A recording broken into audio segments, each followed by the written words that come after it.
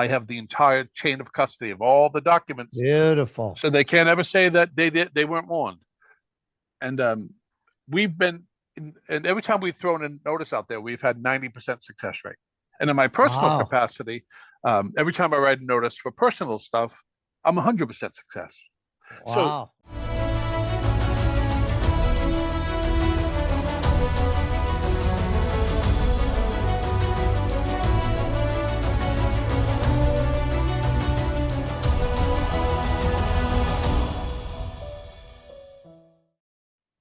Hello there. This is Pastor Dave Bryan. I'm coming to you from the Church of Glad Tidings and the Embassy of Heaven in Northern California. And it's time to roar. I have a couple of guests with me, but today we're going to feature Ron Bouchard, who is with We the People, a former real estate broker, but he's left that for better business. And what I mean by that is, without people like Ron watchdogging our Constitution and Bill of Rights, all the other businesses they go tummy up. Our society just doesn't work without the rule of law and constitutional law. And so I really appreciate that. Thank you very much for what you do. And tell us a little bit about We the People. And let me just say this as we begin. We have an attorney that's a part of our fellowship, and she's always trying to do a constitutional class. And we've announced it a number of times and had some people go through it. But, it's just hard to get people to take classes on the Constitution, the Bill of Rights. And yet everybody is concerned with the state of affairs in America. And it seems like an irony to me, Ron, simply because what is most important is most neglected. And I know that you know that better than most because of what you're doing with We the People and what brought you into it. But would you talk to us about the centrality of the Constitution? And if you would, the magnificence of the Constitution, because I found that today many people are treating it like, oh, whatever, they decided this long ago, 250 years ago, whatever the timing accurately is. But they treat it like just another document. But I just want you to weigh in on that because to me, the Constitution and the Bill of Rights, it's absolutely magnificent. I know those men were very, very smart, but with the worldview that I have, I really believe that it couldn't have been done without the aid of the hand of Providence, the help of God. Tell us your thoughts about the Constitution, how important it is to us living happy lives in these United States. Well, one of your points, you were talking about divine providence. George Yes. Washington very much thought about divine providence. I mean, they were shooting at him with guns and with arrows, and his cloak is full of holes. Yet he survived, not a lick of or wound on him. I mean, Right. there's story after story of George Washington being in incredibly difficult situations, and divine Yeah. providence lending a hand and getting him out of it. Yes. So Let me just say this. I've heard a quote. I don't know how accurate it was because I wasn't back there at the time, but it's a quote of an Indian chief that told his warriors, "Don't shoot at that man. Obviously, God's on his side." Is that true? that's true, and that's the Indian chief who after was actually the one shooting at them. So he was Yeah. shooting at him. He survived, and then later, after the revolution, he came up to him and said, "I'm going to meet that man because this is the guy Yeah, who won't die." exactly. Yeah. He That's didn't. amazing. Yeah, and what's another amazing part of George Washington is his visions. I don't know if you know anything about his three visions, I've read them and I've thought a lot about those visions. and two of them came true, and absolute perfect synchronicity. And he couldn't have known those things. He couldn't have known that, which makes you really think about his third vision. Yeah, it does make me think about his third vision.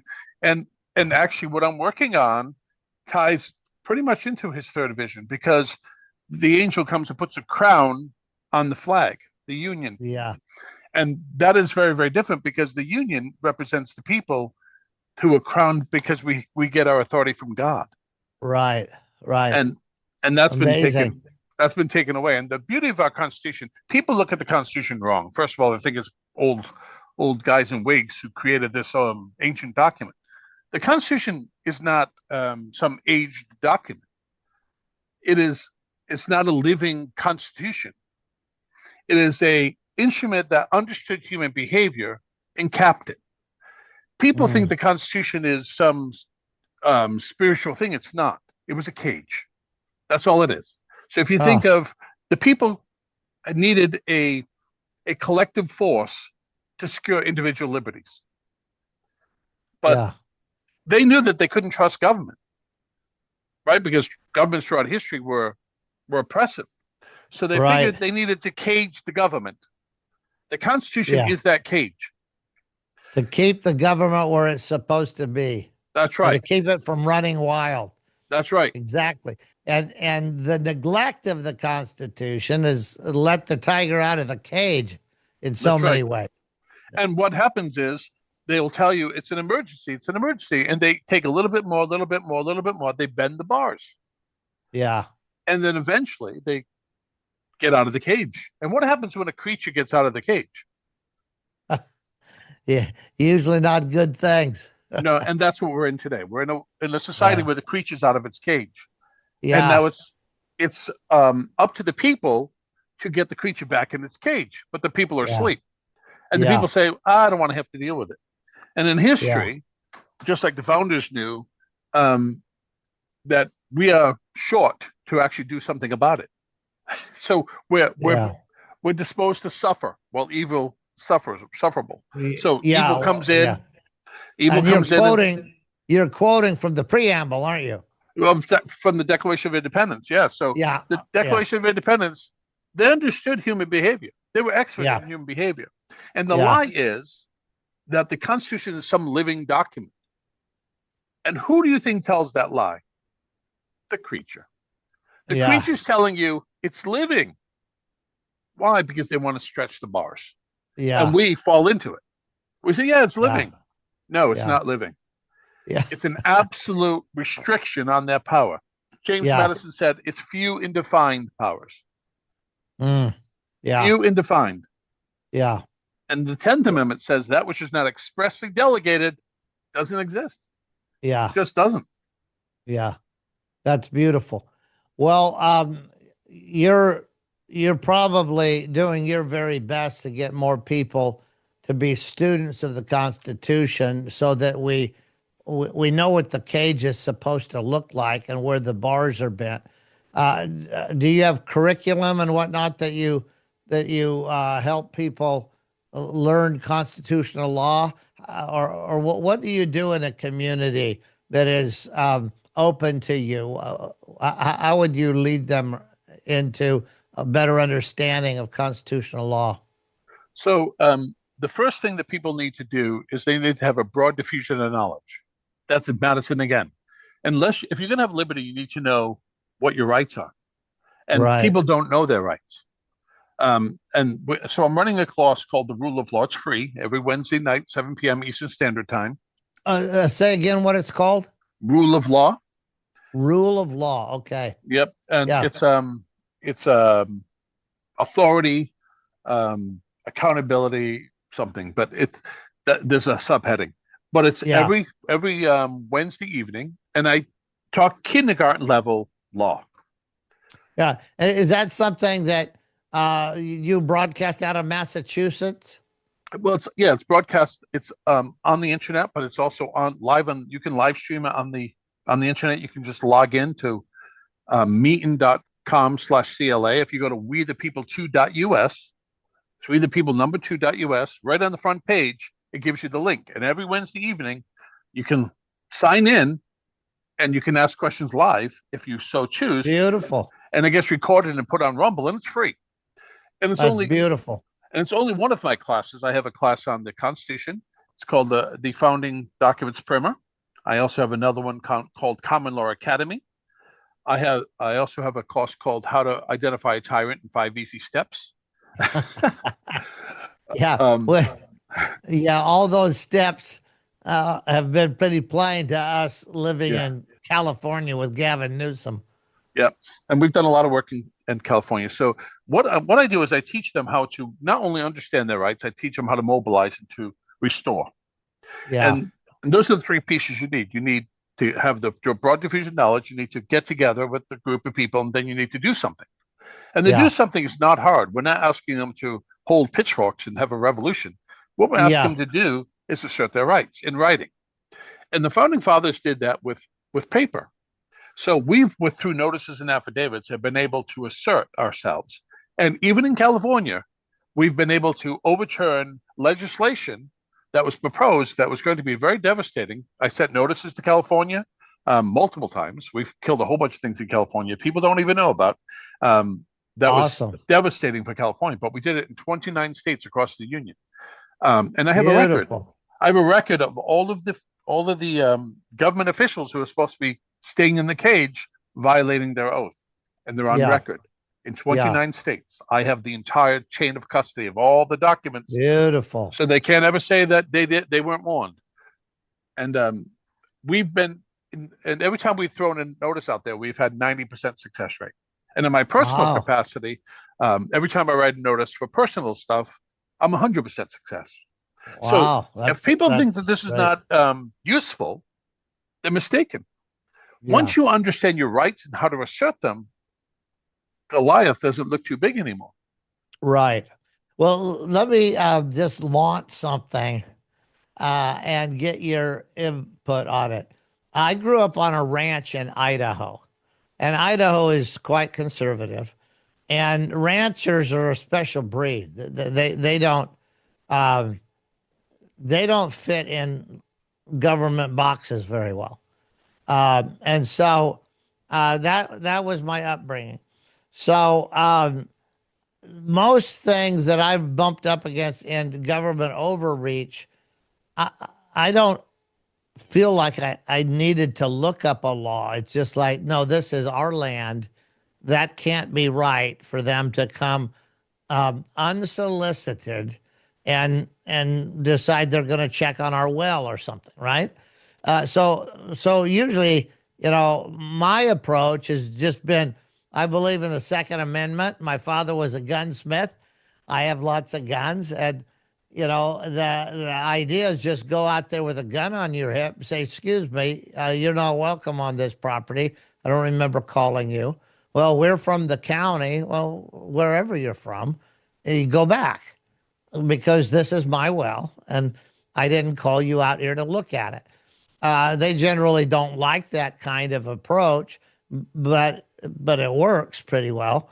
And so we've done a lot of that sort of stuff. Now I'm a pastor here in Northern California. We own 40 acres.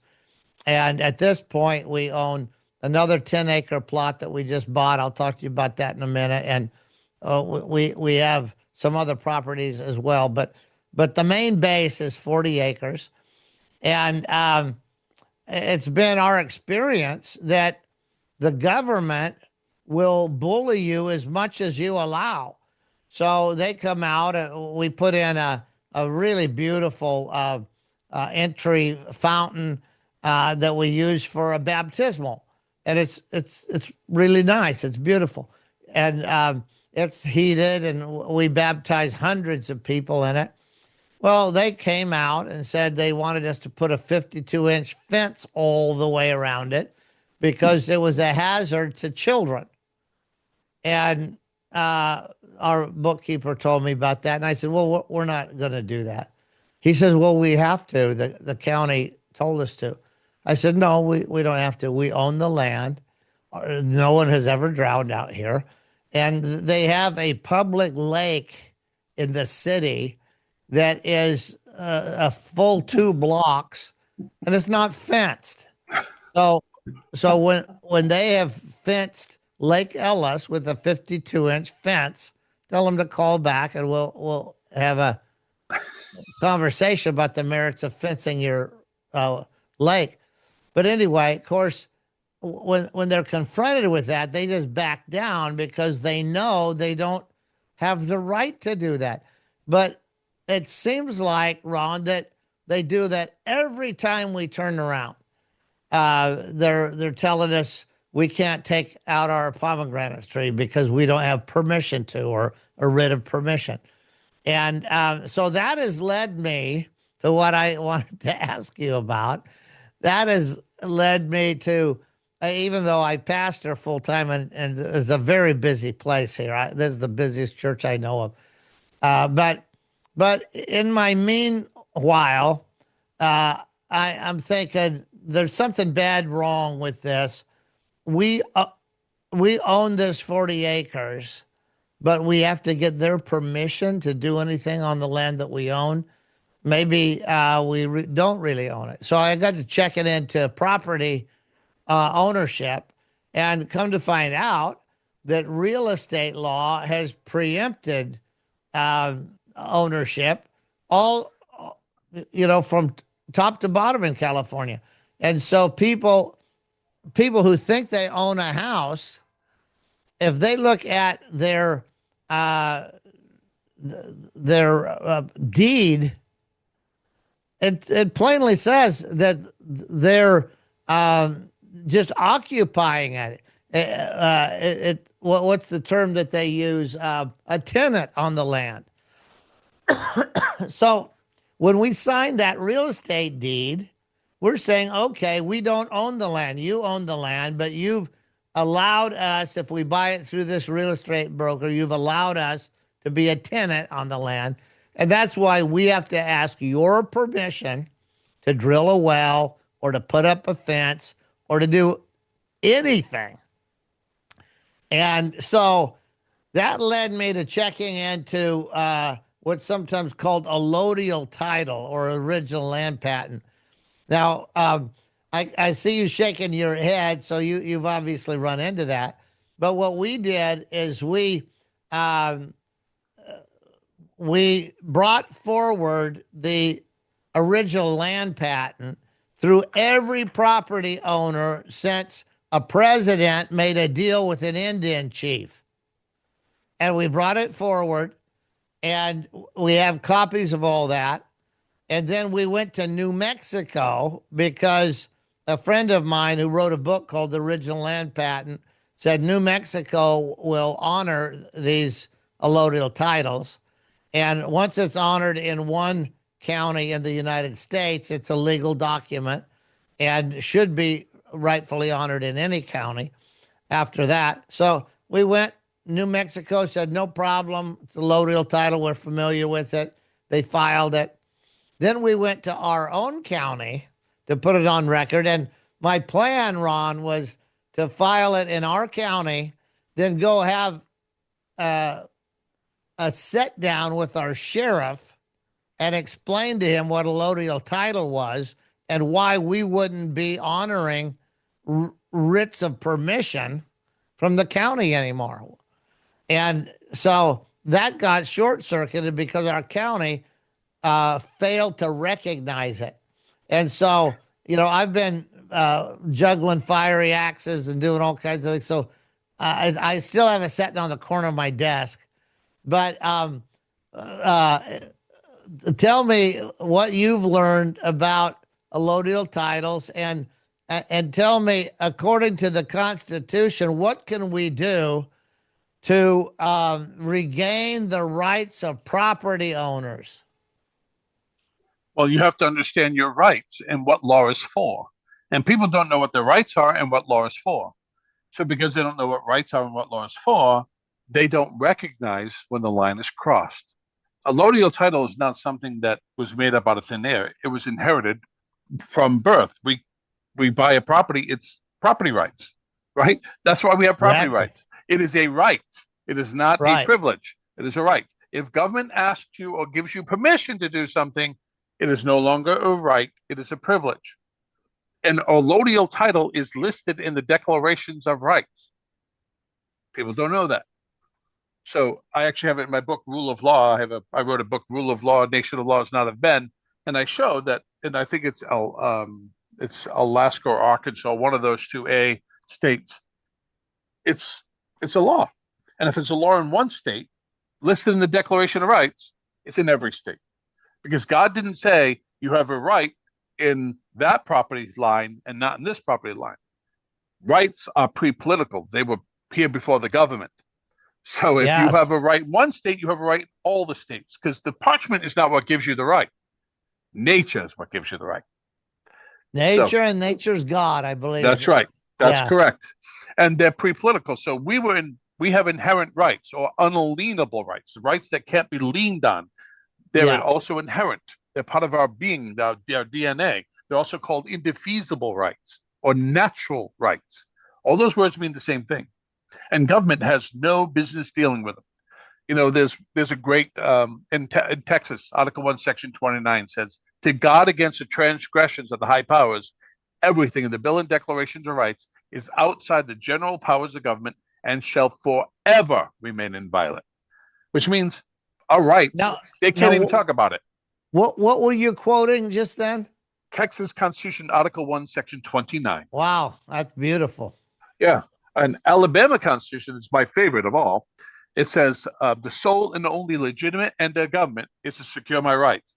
Every other function is an act of usurpation and oppression. Not some other Wow. function, every other function. So, Wow. What hey, state Ron, is that? Alabama. hey, I got a question. So with Pastor Dave's situation there, how could he plug into your system and fight these corrupt people? That's the question I was going to ask, Marcus. Thank you. So You're the, welcome. the answer is always notice. So, and what we do is we train our students to ask the question, and the only question people need to ask is, by what authority? In our nation, we have delegated authority. Thomas Paine said it best. He said there are two types of power: that which is delegated, that which is assumed. All delegated power is a trust. All assumed power is usurpation. Usurpation means going outside the lines. Yes. So either you find the delegation in the contract called the Constitution, or you don't have it. Yeah. If you look at the Constitution, where does it say that they can have claim over your land? It doesn't. Doesn't. But it says in one other state that you have right to allodial title. So I'll see if I can grab it. Let me see if I can read it verbatim, because this is the Perfect. one people like to hear. Perfect. While you're doing that, for those that are listening in, Marcus Kahn is the one that asked the $1 million question. Marcus is a friend, and actually, it was through Marcus that Ron and I connected. So thank you, Marcus. I just wanted to honor you. You're welcome. And my role, whatever God puts in front of me, I'm supposed to connect the dots, see the big picture, connect people, and try to make things move and happen. All right. All right. Love people, love God, do good things. So that's We thank you for that, Marcus. So Ron, go ahead and read that. Yeah. So this is from the Arkansas Constitution, Article 2, Section 28. All lands in this state, which means this state recognizes it, but they're in every state, are declared to be allodial. Wow. And feudal tenures of every description, with all their incidences, are prohibited. So there's only two types of land: allodial and feudal. Feudal is what you had with the king. The king came along and allowed you to use his land, and then you pay him a tribute. That's exactly what we're doing in California. Yes. What does the Constitution say? Article 1, Section 9 and Article 1, Section 10 of the U.S. Constitution. It says no titles of nobility. Feudal tenure is a title of nobility. So they can't have titles of nobility called feudal tenures. So it's either feudal tenure or allodial. Which one is it? Right, right. And so real estate law is setting up feudal land I don't want to call them rights. They're just land grabs. Yeah. Usurpation. Usurpation. Thank you. That's correct. And most of our legal system, the reality is most of our legal system has been subverted. So the law that was intended, the law that is written in stone, has been overwritten by the government. Yeah. So let me ask you this. I'm a good old boy. I don't mind just showing up in the showdown and throwing down. And we've done it a number of times. Our county knows that if it's reasonable and of good cause, we're easy to get along with. But they know better than just to come out and tell us to put up a 52-inch fence around our baptismal. We're just not going to do it. And so we've done that a number of times, and we had I think about 27 acres of fruit trees, and we were doing it was called the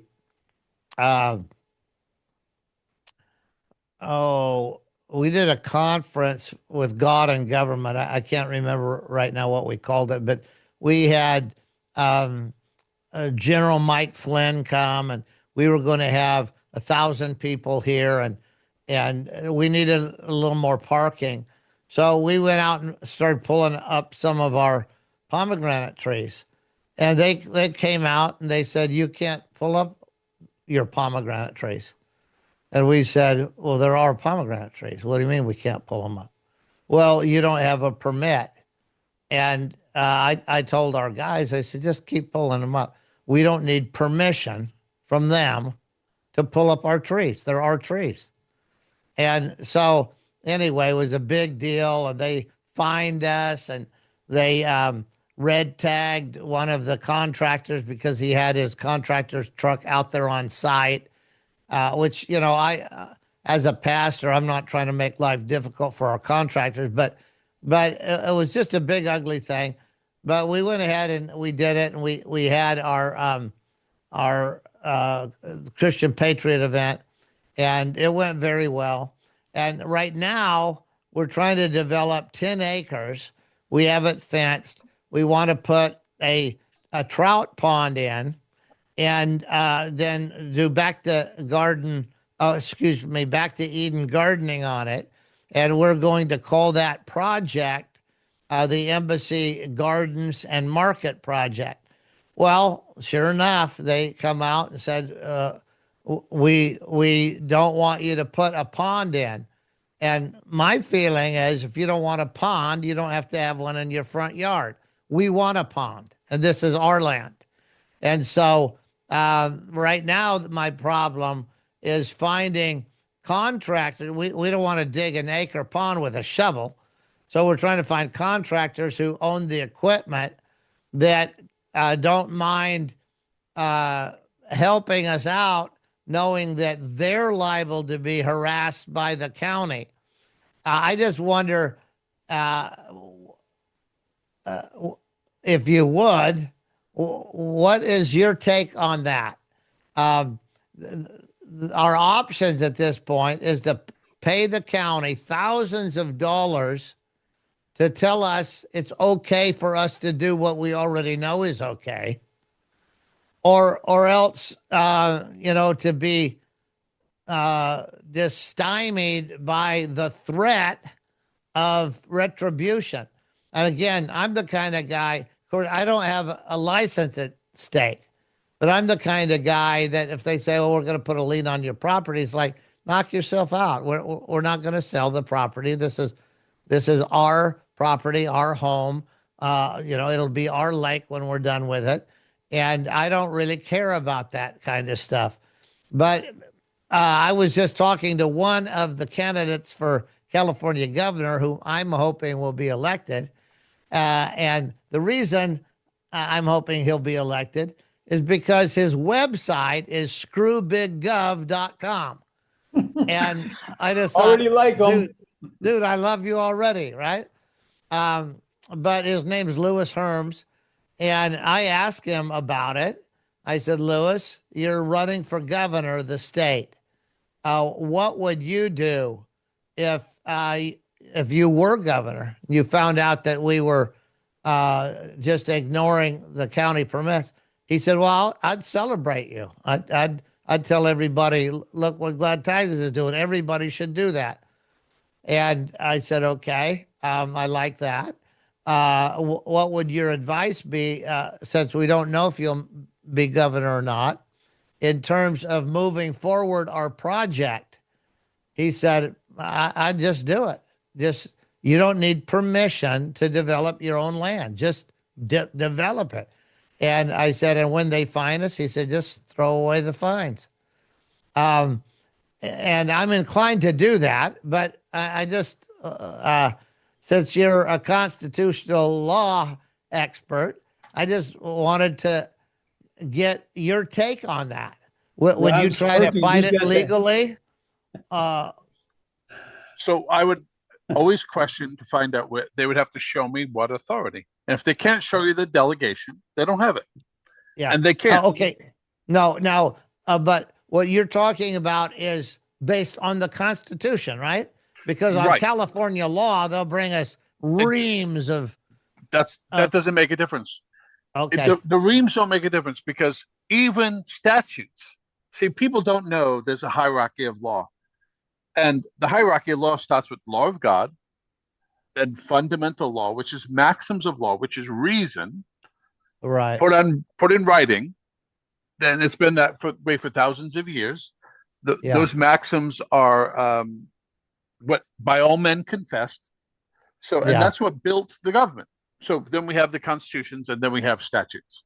If the statutes don't align with things above it, they can't be written. Okay.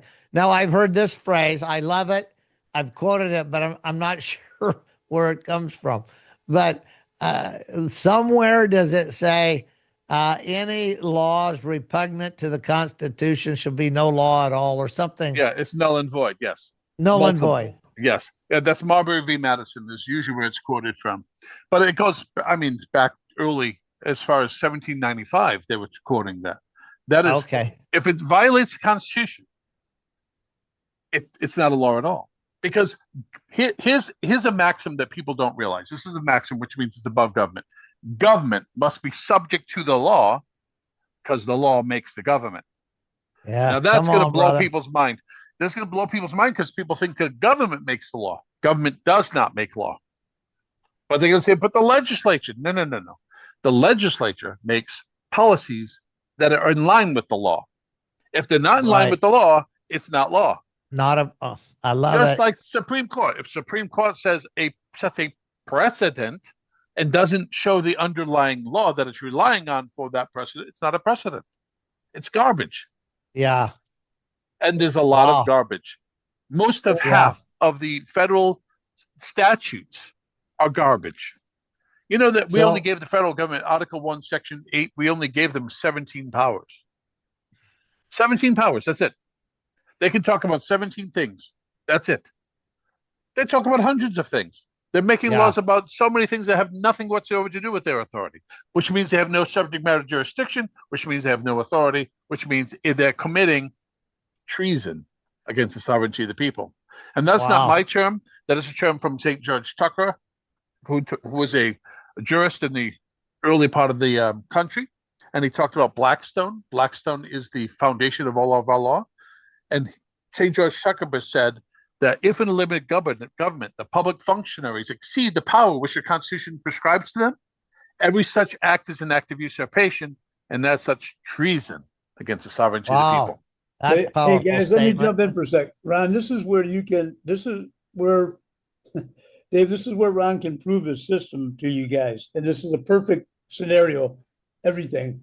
Ron can tell you how to walk step by step through and file the right papers and documents to hold them accountable. And these people will have to understand it, and they'll put their tail between their legs and leave you alone. Ron, am I right or wrong on that? They do. Actually, in California, when the LA things was going on, I sent notices to LA, and they responded to me. And they thought because they responded to me, I was going to cower. Oh, no, no, no, no, no.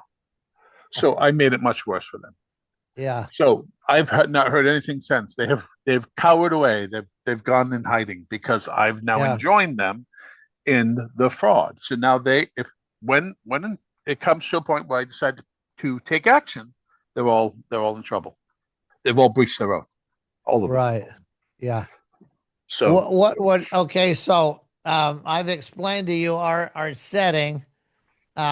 If you were in my shoes on this land, would you just go forward with what you're doing? And when they come out there, just say, you show me constitutionally why I can't build this pond on our land. you show me a delegation of authority. You show me the delegation. You show me the grant. If you can't show me the grant, you don't have the authority. Just because Yeah. you say you have the authority doesn't give you the authority. And in all cases, the Constitution trumps any Everything. local laws. Correct. Yeah. Yep. They all swear an oath to the Constitution. It's Article 6. Article 6 gives no discretion. Article 6 of the Constitution is where we have the oath. And the oath provision doesn't say maybe, doesn't say if on Thursdays, it doesn't say if I feel like it. Let's read the language. All right. The senators and representatives before mentioned and the members of the several state legislatures and all executive and judicial officers, both of the United States and of the several states, shall be bound by oath or affirmation to support this Constitution. Okay. Is that a question? No, it sounds pretty straightforward to me. And then when you add to it, the beginning, it says that the United States is the Constitution and the laws of the United States, which we made in pursuance thereof, and all treaties are the supreme law of the land. Come on. I love that. But David, it gets even easier on Ron's website, and he can walk you through it. It gives you the document, and then you customize it, and you file that document through his website to the right people. It puts them on the spot. So he's actually created the vehicle that you and anyone in your church and anyone hearing this can plug in when there's a grievance. So Ron, can you explain that? Because that's how you empower the people to actually do. Yeah, we have templates for all kinds of situations on the website. First Amendment, Second Amendment violations. We even have abortion ones. We have if school committees want you to try to get vaccinated, and you have to have some certain papers to go to school without putting something in your arm that you don't want to. We have notice templates for all of that, and all of these notice templates, we've used them to win in every state. So these are not supposition. When my son was going to school, we had him home. We homeschooled him for a while, but then he was getting lazy, and he's a teenager now, so he has a good head on his shoulders. So we said, let's put him back to school, but we're not signing the school contracts, none of them. And that's the mistake that people make. They send these kids to school and they fill out all the forms. Never fill out the forms. Because what you're doing is you're giving them authority over your kid. So I said, you're not getting any forms. Not only did I say that, I gave them, they sent me a permission slip for, they gave me a form to fill out so I wouldn't get the vaccinations. So I can get an exemption. I said, he's already exempt. I gave him my form. And I said, he's already exempt. You don't have any permission to even decide on this. It's outside the general powers of government and forever inviolate. Nice try. And I also gave him a notice, put him on notice. You try any of it. I'm the one who's in control, not you. Yeah. I give you no authority. And we've never had an issue, ever. I love you, brother. Yeah. God bless you for what you're doing. We started something during what we call the days of the COVID con.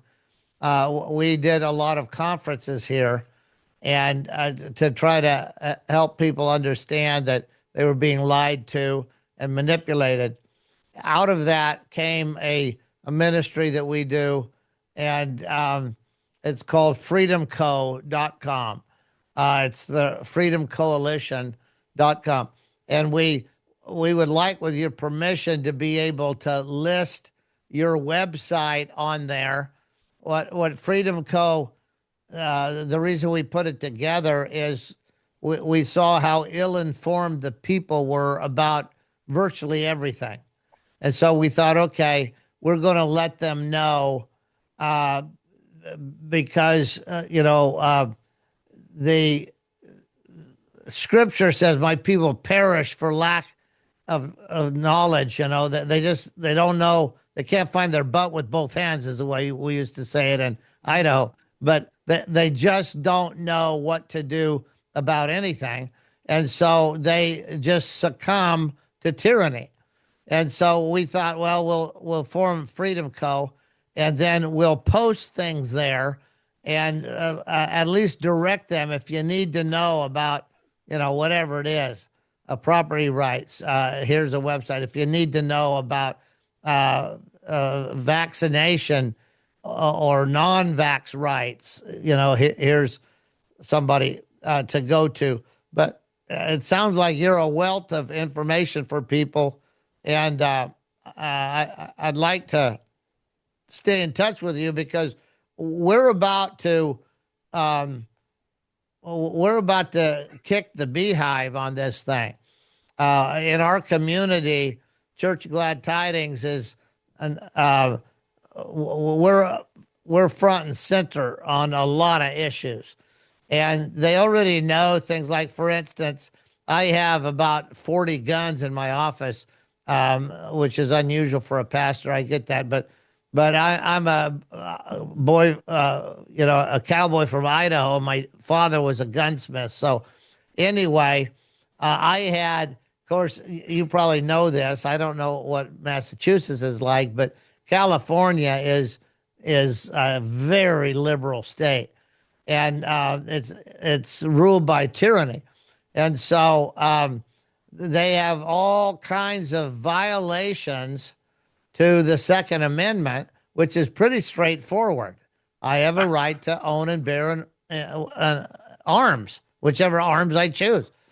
So anyway, there's I don't know if you know guns, but there's a handgun called a Taurus Judge, and it actually shoots.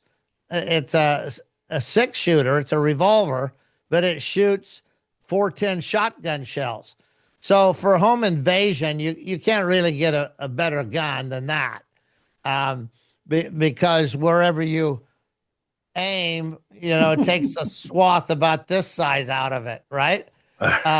So anyway, it's great for a home invasion. But anyway, I have one of them, and it was on my coffee table, and I was talking to the sheriffs about the doctrine of lesser magistrates, which they're supposed to be lesser magistrates. But anyway, I knew that they wouldn't know anything about it. And so anyway, I invited the sheriffs from the two counties. We're in Sutter County, but Yuba County is right next door. And so I invited both those sheriffs over, and they walked in, and the one sheriff said, looks like he was talking to the other sheriff. He said, looks like the pastor has a Taurus Judge there on his coffee table. And he walked on by, and the other sheriff says, yeah, highly illegal in the state of California. And I said, when you guys are finished admiring my gun collection, have a seat. I want to talk to you about something. And they were kind of surprised at that. They looked at each other and sat down. And I talked to them about lesser magistrates, and thanked them for coming. And the one that first spied the illegal gun, which I have a right to own and bear, but the one that first saw it, when he stood up, he said, well, Pastor Dave, I guess I don't have to ask you if this gun is registered, since it cannot be registered in the state of California legally. And I said, well, if you're talking about legal and lawful, I said, the law is right up there on the wall. I have a big engraven Second Amendment up there. And I said, the law is right up there on the wall. You have any questions about that? And they read it, and they looked at each other. And, I have guns all over my office, visible guns all over my office. And none of them are registered. They're all lawful. They're just not registered because I feel like it's a concession to register a gun because we don't have to. And registering it to me is the same thing you mentioned when you sign a waiver.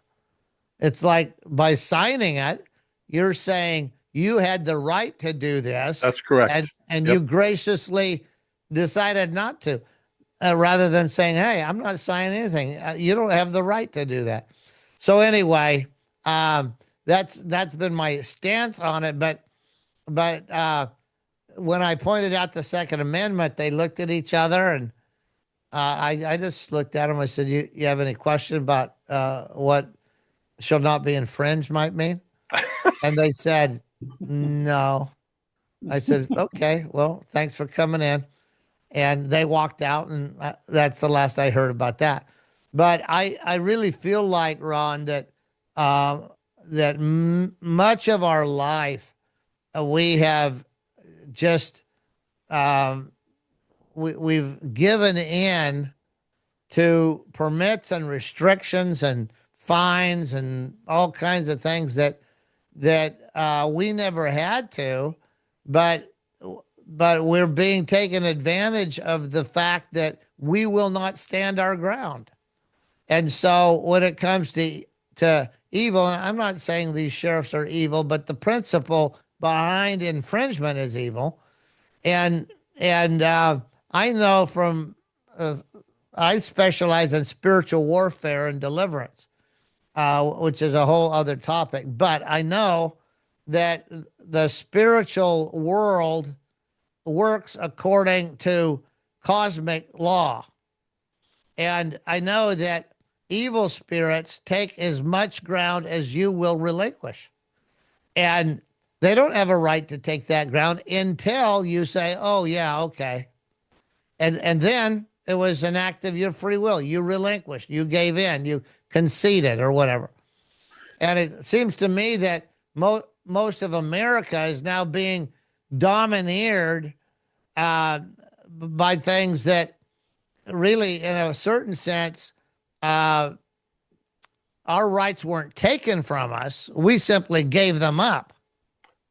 But you can't give up something inherent. So yeah. So what we're doing is there's a difference between consent and compliance. See, we're not the same as them. We're not on equal footing. They are substitutes and agents. They are not our equals. They're the creature. That's beautiful. We are the creator. So among us, we are equals. They are not. They're bound by a contract. They can't leave that contract and say, well, you consented, because the people can't consent without express written delegation. That's the only way the people can consent. It'd be like you saying, well, I live in your apartment, and I decided not to pay the rent, so you accepted it 1 month, so now I can live here for free. Well, no, that's something that happens in California. Yeah, well, I'm sure it does. Yeah. It's crazy. Right. It is. But it's not right. See, we know what law is. And here's 6 words that describe what law is. It's not really fancy. Law is a rule of right, which means you have a natural right to do something. And law is the rule that protects the right. That's it. If you're not protecting, if something's not protecting a right, it's not a law. Beautiful. It might be a policy, it might be a feeling, it might be something they're pushing on you, but it cannot be a law. Yeah. So I think you should move to California. He's in Massachusetts. This is bad. Yeah. So I'm handing it in Massachusetts. Though. I get a question. So in the case when somebody's squatting like that, is that person stealing from the person that owns that property? Yes. So that's where the infringement's been. So they still have to pay their bill. Yeah, theft is theft. The moment you infringe on somebody's right, you cross what I call the theft line. And once you cross the theft line, it's theft. And what government does is create what's Bastiat. I don't know if you know Friedrich Bastiat. He was brilliant. And Friedrich Bastiat was a French philosopher. He wrote a book, and it's about this tiny. It's the most elegant book there is, and says that the people have individual liberties, and we came together as a collective force to protect the individual liberties. Well, Frederick Bastiat calls what we're talking about legal plunder. Wow. That's the So romantic is word. that a book that's in Yep. print that Yes. we can Everyone order? should have it. Everyone should have. This is it. It's called The Law by Frederick Oh, Bastiat. It is, look at how thin. wow. I want to order that one. This is the most brilliant book to understand in a basic way the concept of law. Law is a rule of right. He doesn't use that language, but he uses legal plunder. I use legal plunder all the time. I quote Bastiat every day because Bastiat was very simple. It's legal Yeah. plunder. So when the government converts something, first of all, into a right, because we need to know two things now. We need to know what law is, and we need to know what right is. If law is a rule of right, and that's the definition, we need to know what law is and what right is. If we get either one of these wrong, the government comes in and stretches the cage. And that's what they do. They call all kinds of things rights that are not. It's plunder. Yeah. So thank you for taking from me. That's pretty much, they take in your pocket. And the rule is if somebody sticks their hand in your pocket and takes from it, that is not a right. That is plunder. They're stealing from you. Right. They've crossed the theft line. Yeah. Wow. Well, I am really, really happy to meet you. Actually, I just want to thank you again because our state is in real trouble. And, as a Christian pastor, I'm not too proud of Christian pastors, generally speaking. I think they failed the people and predominantly they have defaulted because of a lack of courage. They just lack the courage to do the right thing. And then, of course, they specialize in America, what I call adventures and missing the point. And so whatever they're doing, it's relatively pointless. But in any event, I really want to try to help people be honorable Christian citizens, or whatever you call them. I hear some people say, "Don't use the word citizen." I don't know about that, but I'm just saying that the Christians, true Christians, should understand what they're living for, understand what's right and acceptable, and stand up for it for themselves and for others, and be the light of the world.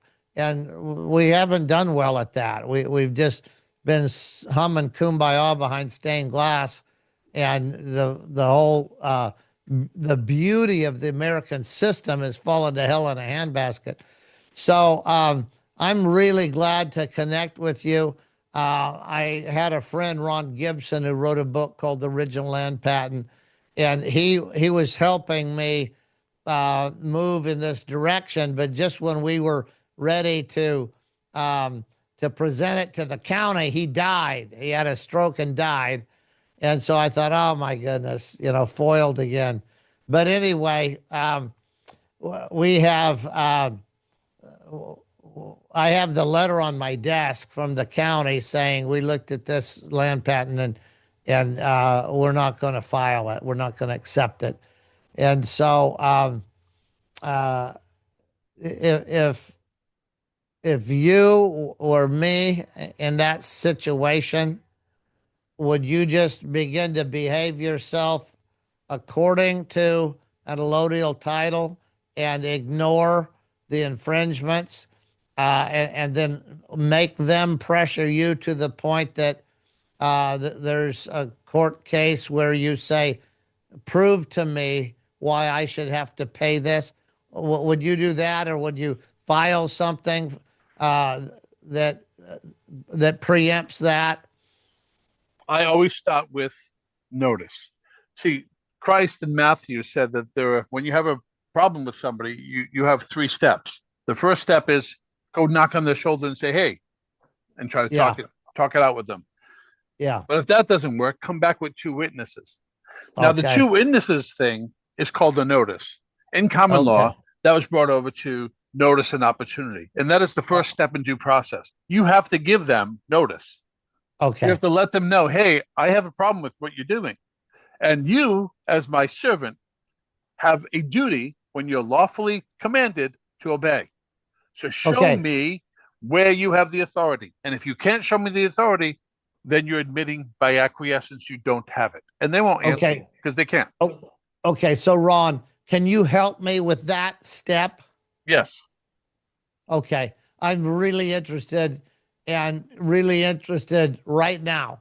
It's sitting on my desk. I've been praying like, Lord, what do I do about this? You know, Ron Gibson is gone. I'm not sure. A lot of people don't even know what an allodial title is. But anyway, it's a current issue. We have 10 acres that are fenced, ready to move forward. And the county, of course, is they love to tell us everything that we can't do on our land. And so Yeah. I really need your help. So Yeah. And you ask them, then what is ownership? What is rights? Where's the line? yeah, So is it a right or is it a privilege? yeah, yeah, So when it says life, liberty, and property, I'm kind of confused. yeah, yeah, Dave, this is the opportunity for you to use this specific incident and train your whole flock and hopefully magnify that out to other Christians of how to implement the tool that Ron's put together to do constitutional enforcement. And it's powerful enough that they can take his classes, which has been brought down to the 4th, 5th grade level, easy to understand. Where people don't get involved is the devil convolutes it, makes it too complex. People get afraid, like it's too over my head. I'm not an attorney. You're not. But if you go through Ron's course, you're going to be smarter and more powerful than they are. Okay. Thank you for that, Mark, because I believe that. Ron, your course, do you have it in video format that you could watch it, say, you know, for 90 minutes once a week, or what is it? Yes, it's on Rumble. It's an hour. They're recorded. If people who join me live get the benefit of being able to ask me questions afterwards, but Beautiful. we record them. We put them all on the website, and they're also on Rumble. So, and they're an Okay. hour and 15 minutes long each episode, and we hit a topic every night. So the first night was all about what law is, and I leave them with a maxim. Now they're not going to know when they're learning that I'm actually teaching them law while they're learning it, and till probably episode 5 they'll understand what they just learned. But Okay. it is very powerful because when you understand that law is a rule of right, and once you understand what rights are in the sole legitimate end of government, you start realizing, what else do I not understand? Yeah. Yeah. So Well, go I was going ahead. to say, I don't approach it like everybody else does. I approach it structurally. This is the structure. This is the structure that cannot be bent. So when you understand the structure, the meat can be added. Thomas Jefferson said the law is so simple, it should be able to be understood while plowing your field. The law was Beautiful. never meant to be complicated. But when you get lawyers involved, and you get courts involved, and you get other parties involved, they complicate law. Law Yeah. is not complicated. It's simple. Law is a rule of right. Look at how Yeah. simple that is. 6 words. Yeah. And that is law. That is not a Yeah. suggestion. That's actually black letter law. So on your course, do you have a numbered where you would start with first one and then second one, third Yep. one? Yep. So yeah, so you don't jump into the middle. All right. Yep. And that's awesome. We do teaching here on Wednesday nights, and well, we've just been talking about doing something to help people understand constitutional law. And I know I really am a very, very busy guy, but I've just been, there's an attorney that is part of our congregation. I was just talking to her, and she said, you know, Pastor Dave, if you really want this done right, you're going to have to take the class. And then people will say, oh, well, it must be important. And, you know, there's something to be said about leading by example. So So I'm probably going to just bite the bullet, and we're so far out into this anyway in California because I don't know if Marcus told you, but when Gavin Newsom decreed that we couldn't have our churches open, I just made a public announcement that we'd be open 24/7 until further notice. And, so instead Well, I of, like you, Dave. yeah, so instead of trying to somehow fly under the radar, I just said, let's jam a bean up his nose and force a contest. So, of course, he backed away from that and we won. But listen, I do want to stay in touch with you. I have another podcast that's starting right now, but I really want to promote what you're doing and learn from you. And then I need to be in touch with you personally on some of the things that we're trying to do here. So I want to say thank you to Marcus Kahn for setting this whole thing up. And I want to just say thanks, Ron, for coming and talking about law. I'll have you back on. We've got a lot to learn from you. Actually, all of America needs to take a government class as soon as possible, a constitutional government class. And I personally think that the masterminds of the demise of America edited the constitutional teaching out of the high schools 30 years ago for the purpose of casting a shadow of disinterest and of ignorance over the American people. And it worked pretty profoundly, in my opinion. And them demons are pretty crafty, but we're smarter and we got a God that's a lot bigger. Yeah. Yeah, listen, we're about to close here, Ron. Do you have any last words that you want to share before we tie a knot? No, I think that it's our responsibility. Rights just don't protect themselves. James Madison said the Constitution doesn't enforce itself. It's up to the people. Exactly. And these rights come with duties. And the duty is to push back.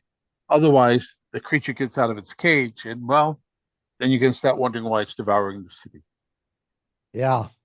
Well, thank you for those wise words. For everybody that's listening, remember, we have been passive and we have allowed this mess in our country. Our forebears said that eternal vigilance was needed on behalf of the people to keep our government healthy, and we have not been vigilant. So it's time to wake ourselves up. And as I said at the beginning, remember, it's not time to be passive. It's time to roar. Thank you for joining us on this podcast. Thank you again, Ron Bouchard, and thank you, Marcus Kahn. We appreciate it. Thank you. Thank you. God bless you.